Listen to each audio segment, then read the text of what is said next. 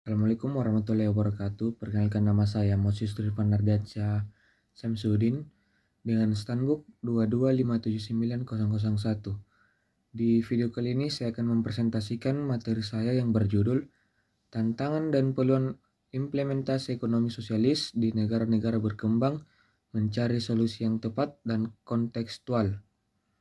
Nah, kita masuk ke rumusan masalah. Yang pertama itu definisi, kedua karakteristik, ketiga tujuan, keempat peluang, kelima solusi. Kita masuk ke definisi ekonomi sosialis. Ekonomi sosialis adalah sistem ekonomi yang berdasarkan pada prinsip-prinsip sosialisme, di mana kepemilikan dan kontrol atas alat-alat produksi, distribusi, dan pertukaran dikelola oleh masyarakat secara kolektif atau oleh negara atas nama masyarakat. Tujuan utama dari ekonomi sosialis adalah mencapai distribusi kekayaan dan sumber daya yang lebih merata, mengurangi kesenjangan dan ekonomi, serta meningkatkan kesejahteraan umum. Itulah materi pertama tadi. Kita langsung masuk ke materi kedua, karakteristik utama dari ekonomi sosialis. Nah, di sini ada beberapa poin. Yang pertama itu kepemilikan kolektif. Sumber daya dan alat produksi seperti pabrik, lahan pertanian, dan infrastruktur dimiliki dan dikelola secara kolektif oleh masyarakat atau oleh negara. Ini kontras dengan sistem kapitalis di mana kepemilikan pribadi dan perusahaan swasta mendominasi. Selanjutnya, perencanaan terpusat. Keputusan ekonomi utama seperti apa yang akan diproduksi, bagaimana cara memproduksinya, dan bagaimana mendistribusikannya ditentukan oleh perencanaan terpusat yang biasanya dilakukan oleh pemerintah. Hal ini berbeda dengan ekonomi pasar, di mana keputusan tersebut ditentukan oleh mekanisme pasar bebas. Berikutnya, distribusi kekayaan yang merata. Sistem ini merupakan mengurangi ketimpangan ekonomi dengan mendistribusikan pendapat dan kekayaan secara lebih merata di seluruh masyarakat. Ini bisa dicapai oleh kebijakan redistribusi seperti pajak progresif, subsidi, dan layanan sosial yang komprehensif. Berikutnya, fokus pada kesejahteraan. Ekonomi sosialis menempatkan kesejahteraan sosial sebagai prioritas utama dengan menyediakan layanan publik seperti kesehatan, pendidikan, perumahan, dan jaminan sosial secara gratis atau terjangkau bagi semua warga negara. Berikutnya, kontrol demokratik. Partisipasi masyarakat dalam pengambilan keputusan ekonomi sering ditekankan, baik melalui mekanisme demokratis seperti Dewan Pekerja, komite-komite rakyat, atau partisipasi langsung dalam proses perencanaan dan pengelolaan. Berikutnya, keberlanjutan dan solidaritas. Ekonomi sosialis sering menekankan pada keberlanjutan lingkungan dan solidaritas sosial dengan tujuan menciptakan masyarakat yang adil, setara, dan harmonis. Di materi ketiga, tujuan ekonomi sosialis. Sini ada beberapa poin. Yang pertama itu mengurangi kesenjangan sosial dan ekonomi, menciptakan distribusi kekayaan yang lebih merata untuk mengurangi perbedaan antara kaya dan miskin. Berikutnya, meningkatkan kesejahteraan masyarakat, menyediakan layanan publik yang berkualitas dan aksesibilitas yang merata untuk semua warga negara. Berikutnya, mencapai keberlanjutan ekonomi, mengelola sumber daya alam secara bertanggung jawab untuk memastikan kelestarian lingkungan. Berikutnya, meningkatkan partisipasi dan keadilan, melibatkan masyarakat secara aktif dalam proses pengambilan keputusan ekonomi untuk mencapai keadilan sosial. Itulah materi ketiga. Kita lanjut ke materi keempat, tantangan implementasi ekonomi sosialis di negara berkembang. Yang pertama itu kapasitas infrastruktur dan institusi. Negara-negara berkembang seringkali memiliki infrastruktur yang kurang memadai dan institusi yang lemah, yang dapat menghambat pelaksanaan kebijakan sosialis secara efektif. Korupsi dan birokrasi. Tingkat korupsi yang tinggi dan birokrasi yang lambat dapat menghalangi distribusi sumber daya yang merata dan efisien, yang menjadi salah satu prinsip dasar ekonomi sosialis.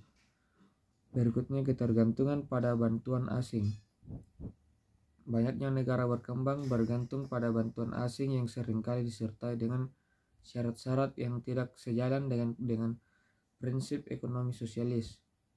Berikutnya keterbatasan sumber daya. Keterbatasan sumber daya alam dan finansial dapat menjadi hambatan besar dalam mencapai tujuan retribusi, kekayaan, dan penyediaan layanan publik yang merata. Berikutnya resistensi politik dan sosial. Perubahan menuju sistem ekonomi sosialis dapat menghadapi resistensi dari kelompok elit dan masyarakat yang sudah terbiasa dengan ekonomi pasar bebas. Kita lanjut ke materi kelima, peluang implementasi ekonomi sosialis di negara berkembang. Yang pertama, pemeratan kesejahteraan. Ekonomi sosialis menawarkan potensi untuk distribusi kekayaan yang lebih merata, yang tepat mengurangi kesenjangan sosial dan ekonomi di negara-negara berkembang. Yang kedua, pemberdayaan masyarakat. Dengan fokus pada kepemilikan kolektif dan partisipasi masyarakat, ekonomi sosialis dapat memperdayakan komunitas lokal untuk mengelola sumber daya mereka sendiri. Yang ketiga, peningkatan layanan publik. Sistem sosialis dapat meningkatkan akses terhadap layanan kesehatan, pendidikan, dan perumahan, yang ada gilirannya pada meningkatnya kualitas hidup masyarakat. Berikutnya, stabilitas ekonomi. Dengan mengurangi ketergantungan pada pasar global dan ekonomi sosialis dapat menciptakan stabilitas ekonomi yang lebih besar. Yang berikutnya, pengembangan berkelanjutan. Pendekatan sosialis yang berfokus pada kepentingan bersama dan keberlanjutan dapat mendukung pembangunan yang lebih berkelanjutan dan ramah lingkungan. Materi terakhir yaitu solusi kontekstual implementasi ekonomi sosial di negara berkembang. Yang pertama itu desain kebijakan yang fleksibel.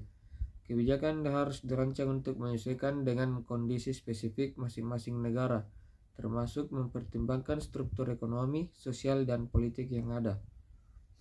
Berikutnya, peningkatan kapasitas institusional.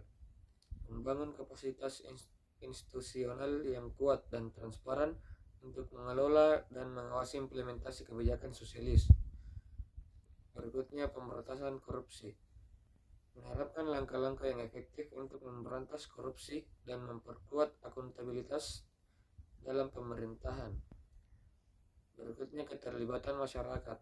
Mendorong partisipasi aktif masyarakat dalam proses pengambilan keputusan untuk memastikan bahwa kebijakan yang diimplementasikan sesuai dengan kebutuhan dan aspirasi masyarakat setempat. Berikutnya, kerjasama internasional. Memanfaatkan kerjasama internasional untuk memperoleh dukungan teknis dan finansial sambil menjaga kemandirian dalam menentukan arah kebijakan ekonomi. Yang terakhir, edukasi dan pelatihan. Memberikan edukasi dan pelatihan kepada masyarakat dan pejabat pemerintah mengenai prinsip-prinsip ekonomi sosialis dan praktik terbaik dalam implementasinya. Itulah tadi materi yang saya bawakan. Ada 6 poin. Yang poin pertama itu definisi. Yang kedua itu karakteristik utama dari ekonomi sosialis. Yang ketiga, tujuan ekonomi sosialis. Yang keempat, tantangan implementasi ekonomi sosialis di negara-negara berkembang. Yang kelima, peluang implementasi ekonomi sosialis di negara berkembang. Dan yang keenam, itu solusi kontekstual implementasi ekonomi sosialis di negara berkembang. Itulah materi yang bisa saya sampaikan pada video kali ini. Mohon maaf kalau ada kesalahan kata. Assalamualaikum warahmatullahi wabarakatuh.